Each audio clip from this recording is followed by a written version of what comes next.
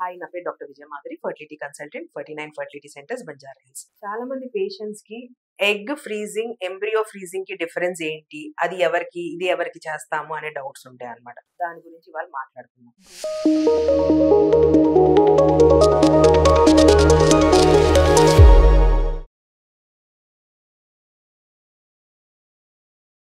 Egg freezing అంటే normal గా ఆడవాళ్ళు పుట్టుకతో మిలియన్స్ ఆఫ్ ఎగ్స్ తో పుడతారు. ఫస్ట్ టైం పీరియడ్ వచ్చినప్పుడు అవి వాళ్ళకి థౌజండ్స్ టు హండ్రెడ్స్ కి పడిపోతాయి.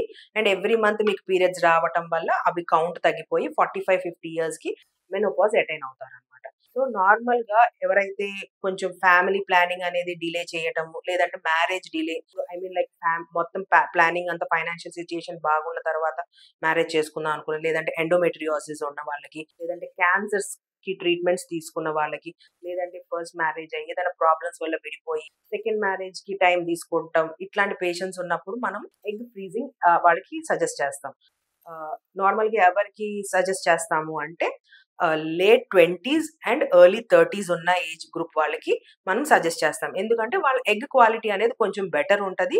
సో మినిమం ఎగ్స్ వచ్చినా కూడా తర్వాత ప్రెగ్నెన్సీ ఎప్పుడైతే ప్లాన్ చేసుకున్నారో ప్రెగ్నెన్సీ సక్సెస్ రేట్ వాళ్ళకి బెటర్ ఉంటది అనమాట. అందుకని సో ఇది ఎట్లా అంటే నార్మల్ గా మనకి ఓవరీస్ లో ఉన్న ఎగ్స్ ని మనం minimum of 10 days to 12 days injections ఇచ్చి అవన్నీ పెంచి ఆ దాని లోపల ఫాలికల్స్ ఉంటాయి అనమాట. ఆ ఫాలికల్స్ కి మనం ఇట్లా వెజైనాలో నుంచి మనం ఒకసారి ఇట్లా ప్రోబ్ పంపించి దానికున్న నీడిల్తో ఈ ఫాలిక్యులర్ ఫ్లూయిడ్ అంతా ఎక్స్ట్రాక్ట్ చేసి ఎన్ని ఎగ్స్ ఉన్నాయి అనేది తీస్తాం.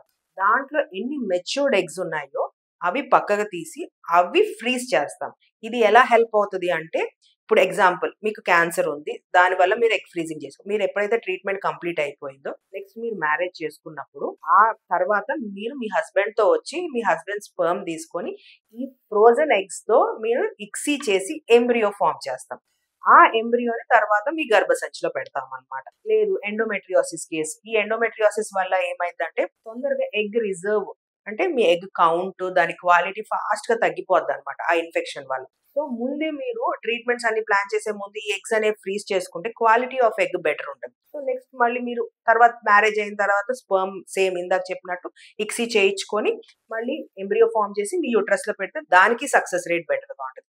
లేదు మళ్ళీ మీ ఫైనాన్షియల్ కండిషన్స్, మీరు కొంచెం సెటిల్ అయిన తర్వాత మ్యారేజ్ చేసుకోవాలి అనుకున్నప్పుడు కూడా మీ ఏజ్ ఎక్కువ అయిపోతుంది అన్నప్పుడు సేమ్ ఇట్లాగే ముందే మీరు ఎగ్ అనేది తీసుకొని ఫ్రీజ్ చేసుకొని దాని తర్వాత మ్యారేజ్ చేసుకున్నప్పుడు మళ్ళీ బేబీని ఫామ్ చేసి మీ యూట్రస్ లో పెట్టుకోవచ్చు. సో ఎగ్ ఫ్రీజింగ్ అంటే ఓన్లీ ఎగ్ ని ఏదైతే మంచి క్వాలిటీ ఎగ్ ఉందో అది ఫ్రీజ్ చేసుకోవటాన్ని ఎగ్ ఫ్రీజింగ్ అంట. Next the embryo freezing.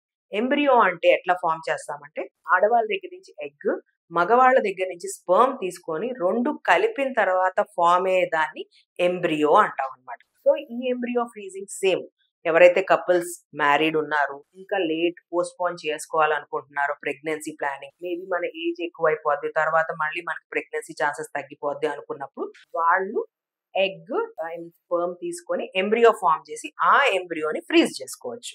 ఇంకొకటి ఇట్లాగే మేబీ మ్యారీడ్ కపుల్స్, మోస్ట్లీ ఇది మ్యారీడ్ కపుల్స్ లో చూస్తాం అనమాట. ఎందుకంటే ఇక్కడ కపుల్ అనే వాళ్ళు ఇద్దరు ఉంటారు కాబట్టి ఎంబ్రియో అనేది స్పర్మ్ అండ్ ఎగ్ నుంచి ఫామ్ అవుతుంది కాబట్టి దాన్ని ఎంబ్రియో ఫ్రీజింగ్ అంటారు. అండ్ ఇంకొంతమంది పేషెంట్స్ వాళ్ళ ఐ మీన్ లైక్ వాళ్ళ సిచ్యుయేషన్ బట్టి, వాళ్ళ మెడికల్ కండిషన్ బట్టి ఐవీఎఫ్ చేయించుకునే వాళ్ళు ఉంటారు.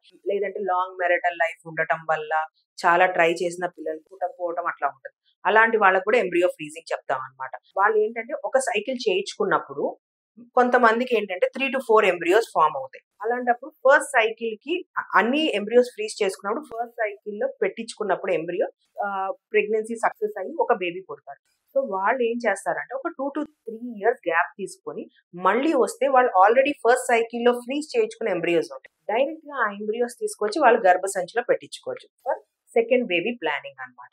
సో ఇది డిఫరెన్స్. ఎగ్ అంటే ఓన్లీ ఎగ్ ఫ్రీజింగ్, ఎంబ్రియో అంటే స్పర్మ్ అండ్ ఎగ్ కలిపిన తర్వాత ఫామ్ అయ్యే దాన్ని ఎంబ్రియో అంటారు. సో దాన్ని ఫ్రీజ్ చేసే ప్రాసెస్ ని ఎంబ్రియో ఫ్రీజింగ్ అంటారు. సో దీని గురించి మీకు ఇంకా ఏమైనా డౌట్స్ ఉన్నా, దాని గురించి తెలుసుకోవాలన్నా మీరు డైరెక్ట్ గా మా 49 ఫర్టిలిటీ సెంటర్స్ కి రావచ్చు. మీ డౌట్స్ అన్ని క్లియర్ చేస్తాం. Thank you.